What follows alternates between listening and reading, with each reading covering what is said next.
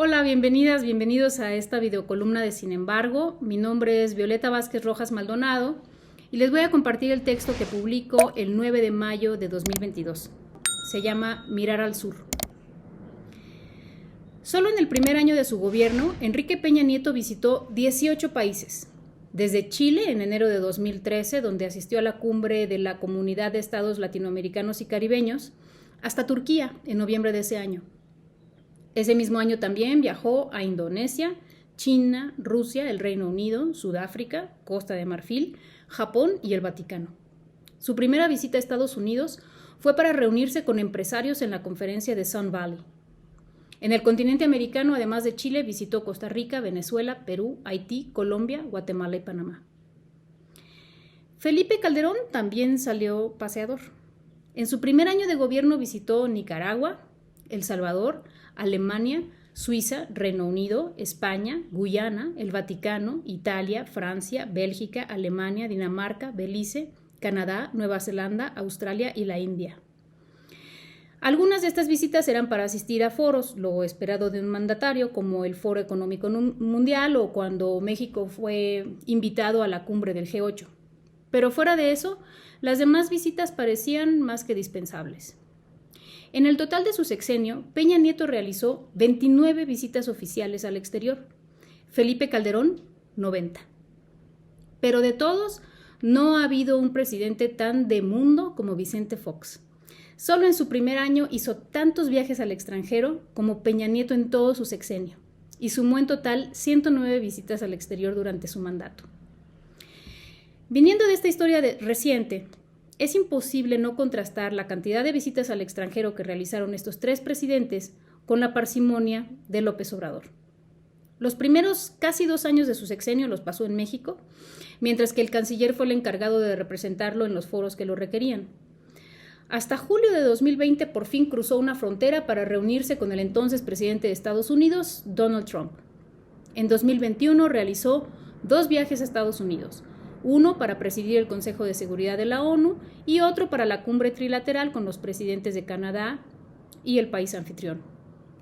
La tercera vez que AMLO sale del país es esta. Ya bien entrado el 4º año de su mandato, y fue para visitar 5 países de Centroamérica y el Caribe: Guatemala, El Salvador, Honduras, Belice y Cuba. En cada caso fue recibido por el presidente y en el caso de Honduras la presidenta del país que lo recibía.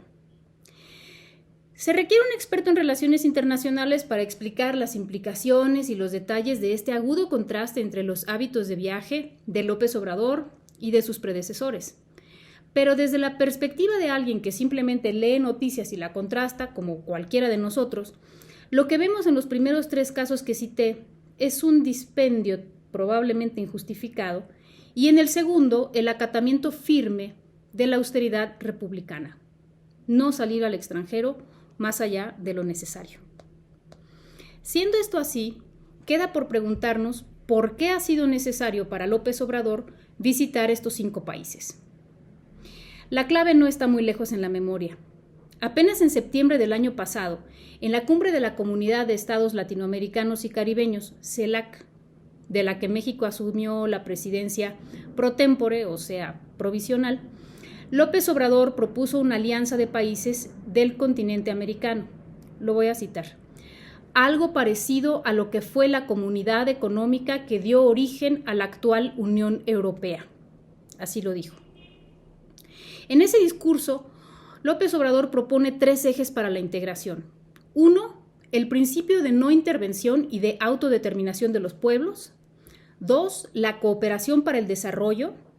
3, la ayuda mutua para combatir la desigualdad y la discriminación. Tampoco descarta que la Organización de Estados Americanos sea eventualmente sustituida por este organismo integrador. A continuación cito un extracto de ese discurso. Dice López Obrador: pienso, pues, que es el momento de terminar con el letargo y plantear una nueva y vigorosa relación entre los pueblos de América. Me parece que es tiempo de sustituir la política de bloqueos y de malos tratos por la opción de respetarnos, caminar juntos y asociarnos por el bien de América sin vulnerar nuestras soberanías. Ahí termina la cita. Las palabras de AMLO no son huecas. Desde 2019, el Gobierno de México ha emprendido una fuerte cooperación con los países centroamericanos. Mediante los respectivos acuerdos se extendieron los programas de Sembrando Vida y Jóvenes Construyendo el Futuro a El Salvador y Honduras como una medida acordada para mitigar la migración forzada por causas económicas. El viernes 6 de mayo, en su discurso desde El Salvador, López Obrador recordó la promesa de Joe Biden de apoyar estos programas con $4,000 millones y dijo que, aunque confíen que los completen, no pueden quedarse esperando ni depender de nadie. Así que, haciendo gala de su derecho a la autodeterminación, los presidentes de los dos países anunciaron que duplicarán los apoyos de estos dos programas y cada país los financiará por partes iguales. También se anunció este redoble de los programas en Honduras. Ya un día antes, desde su discurso en Guatemala, López Obrador había cuestionado que Washington postergue la entrega de los $4,000 millones prometidos, al mismo tiempo que ha aprobado más de $30,000 millones para apoyar la guerra en Ucrania. La siguiente parada de López Obrador fue en Belice, donde recordó explícitamente aquella propuesta que hizo en la CELAC y recordó la necesidad de la integración continental de toda América. Más tarde, el Gobierno de México anunció que los productos agrícolas exportados de Belice a México ya no pagarán aranceles, con lo que se instaura una práctica de libre comercio entre los dos países. En esta gira, el presidente mexicano ha insistido en que en la Cumbre de las Américas a realizarse en Los Ángeles el mes próximo, no se deberá excluir a nadie. Un énfasis que refiere claramente a Venezuela, Bolivia y Cuba, este último el destino final de su recorrido.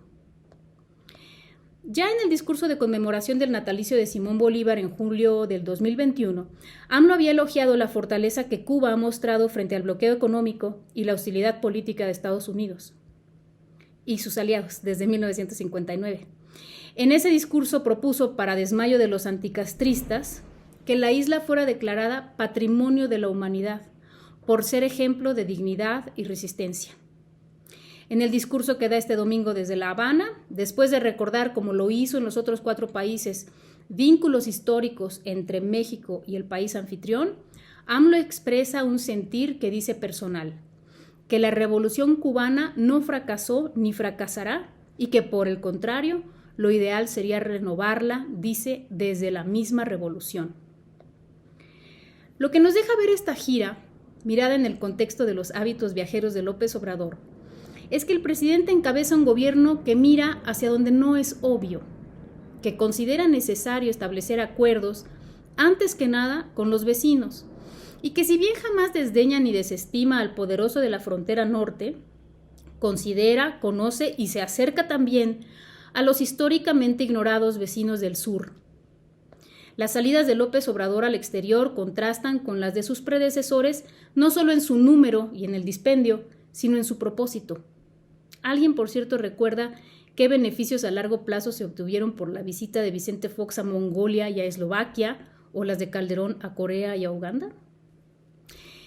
En cada discurso, López Obrador nos muestra que los países de Centroamérica, de los que nuestra prensa solo habla para reportar las oleadas de migrantes que cruzan nuestro país cada año, son naciones a las que nos hermanan rasgos culturales, preocupaciones económicas y pasajes históricos motivados por ideales comunes de búsqueda de libertad y de justicia.